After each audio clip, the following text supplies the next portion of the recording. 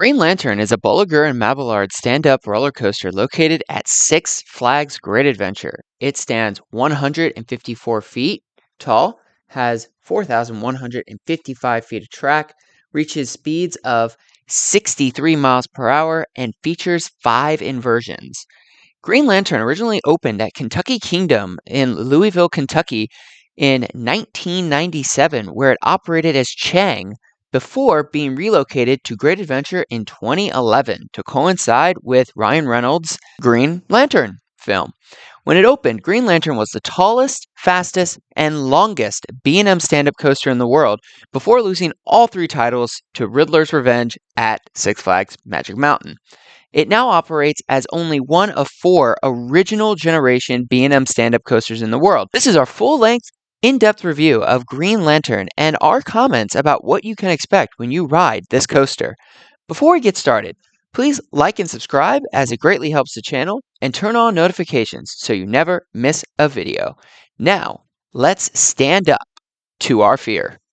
Green Lantern is located in the Boardwalk section of Six Flags Great Adventure. It is one of the first roller coasters you see when you enter the park's parking lots, along with Superman Ultimate Flight, King Ka, and Nitro.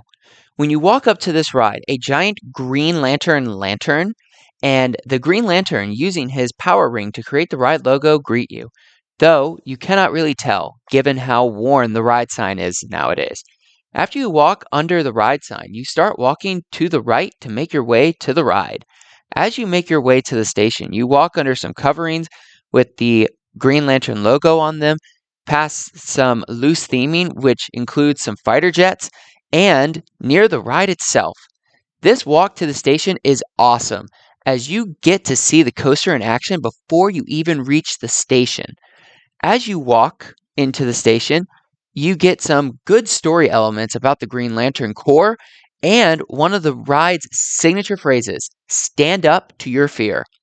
Once you get into the station, you choose your seat on one of Green Lantern's 2 7-car 28-passenger trains. And unlike other roller coaster trains where you sit down in a fixed position, Green Lantern's seats are adjustable to fit your specific height, as this is a standing roller coaster. Once you have adjusted your seat to the right height, you pull down your over-the-shoulder restraints and secure your seatbelt. After you clear dispatch, you start ascending the 154-foot tall lift hill to let your courage take flight. At the top of the lift hill, you enter a B&M pre-drop before banking to the left and down the first 140-foot tall first drop. You then enter a 121.6-foot tall vertical loop, which delivers some good forces, especially towards the back of the train. And this vertical loop is cool, as it is the only part of the coaster's track painted yellow, largely because it represents Parallax, the Green Lantern Corps' primary adversary. Out of the vertical loop, you bank to the right into a dive loop. Out of the dive loop, you then bank slightly to the right before banking back towards the left up an elevated helix. Out of the helix, you actually pass under the track and fly into an inclined loop. And in this inclined loop is basically a vertical loop tipped on its side by 45 degrees. And this element just feels so different as you experience the forces off axis. Out of the inclined loop, you then fly over a speed hill that banks towards the right before quickly banking to the left up into the mid-course brake run.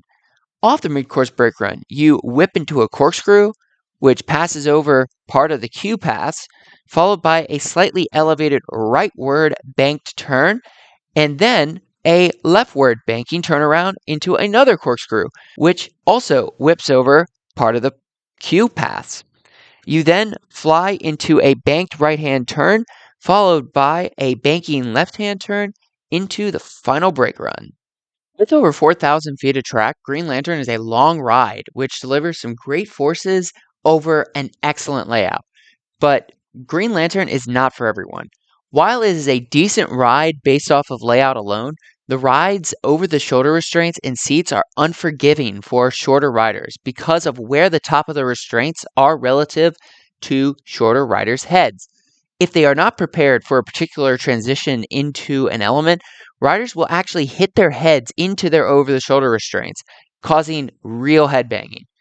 The seats are also not the most comfortable, especially when the height is not correctly set. So when you go through the rides inversions basically on your tiptoes, you will not feel the best. So just keep these two key features in mind when you go to Six Flags Great Adventure to ride Green Lantern.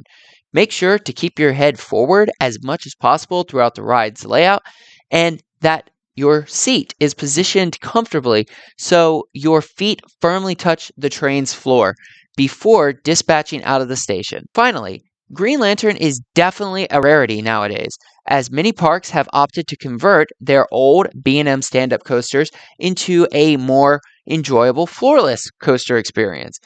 That is why there are only 4 operating B&M stand-ups in the world, but because the park has a good B&M floorless coaster over by El Toro, we do not see Six Flags Great Adventure converting Green Lantern into a floorless anytime soon. So the best we can do is inform riders how best to enjoy this coaster and coasters like it, which features one of the stronger B&M layouts out there.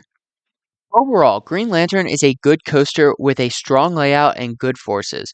When you ride it with your head forward and seat properly positioned, Green Lantern is a ride that delivers a good ride experience that differs from every other coaster at Six Flags Great Adventure. For a final score, we give Green Lantern a 7 out of 10. The restraints and ride seats do not always allow for a consistently comfortable and enjoyable ride experience, which is a shame because the layout and forces are so good. So let us know in the comments if you have ridden Green Lantern, the stand-up coaster at Six Flags Great Adventure, and if so, what you think about it. Would a softer restraint and more comfortable seat make this coaster stand up to its potential? And as always, stay tuned for more coaster reviews and amusement park content from Coaster Adventures, and we hope to see you in the next one.